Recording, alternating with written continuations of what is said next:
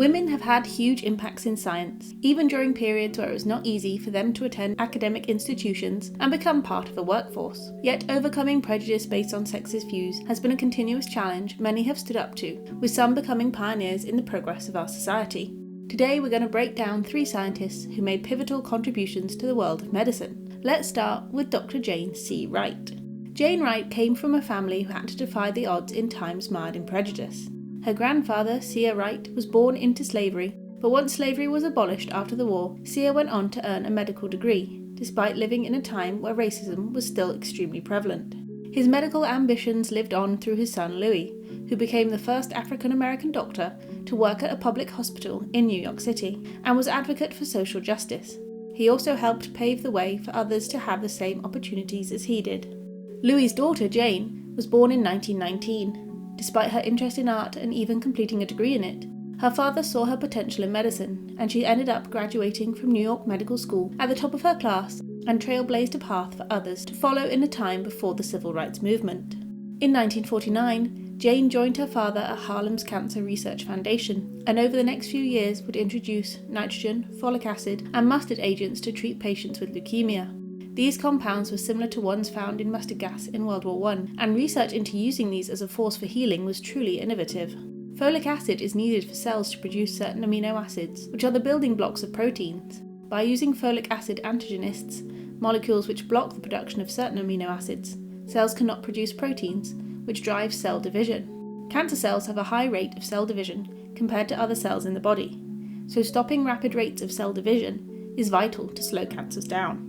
The folic acid antagonists that were tested were perhaps the most crucial discovery, as they stop the production of DNA and are highly potent against many solid tumours, including several types of leukemia, Hodgkin's disease, lymphosarcoma, melanoma, breast cancer, and prostate cancer. Jane was also innovative in her use of combination chemotherapy, which uses drugs of varying doses and sequences, and this proved to be very effective in increasing life expectancy among children with leukemia. In 1964, Jane was the only woman among 7 doctors who co-founded the American Society of Clinical Oncology. Her life's work was truly remarkable. She was a pioneer of blood cancer research who turned chemotherapy, which used to be an experimental last resort in cancer patients, to an efficient treatment of blood cancer. Now I move on to Sophia Jex-blake and the Edinburgh 7. Sophia's career began in 1869 when she wrote to the Dean of the Medical Faculty at Edinburgh University asking for a placement. The board put it to a vote as to whether a woman should be allowed to attend medical lectures, and Sophia won. However, since it was assumed that men and women should be taught separately, a senior assistant physician wrote a petition which was backed by around 200 students to overturn the votes, as it would be too hard and expensive to allow Sophia to study medicine separately, so the vote was overturned. This led to the editor of the newspaper The Scotsman to publish an article of the controversial decision to not allow Sophia to study. He also debated whether if more women applied to the medical school, more resources to allow them would be viable. This encouraged more women to apply. Soon there were 7 women attending the university, yet they were charged higher fees and had to arrange lectures for themselves. They were also graded differently to men despite their lectures being the same, which reduced their opportunities for scholarships. The men attending the university taunted them with howls and aggressive behaviour. When it came to women's examinations, hundreds of male students threw mud and other objects at them until they were able to get inside the examination hall. The newspapers continued to show support for women, which was followed by more public support, yet the university decided that the women should never have been allowed to study in the first place and withdrew their degrees. So many of them went to European universities to finish studying instead. Sophia went on to set up the London School of Medicine for Women, a small class which allowed men and women to attend. One student eventually started a rival school, the Edinburgh College of Medicine for Women. Sophia's school eventually came to an end in 1892, when the University of Edinburgh finally started accepting female students.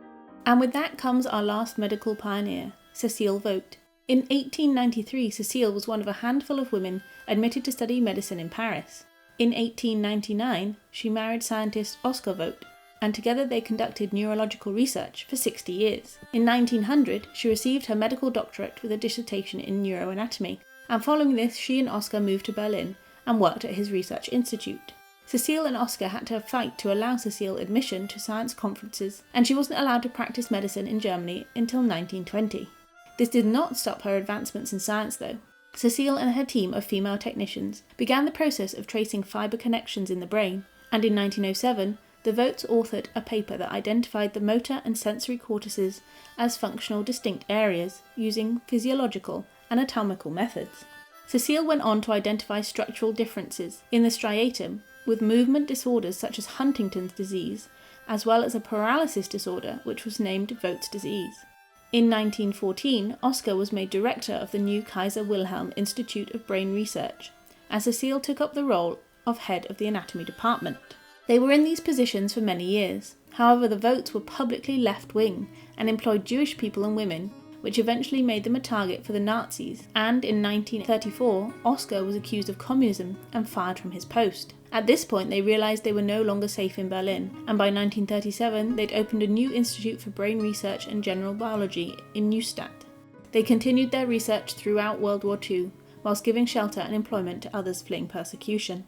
Cécile's work fought the stereotype that women were intellectually unequal to men, yet even to this day, sometimes her contribution to neurology is overshadowed by her husband.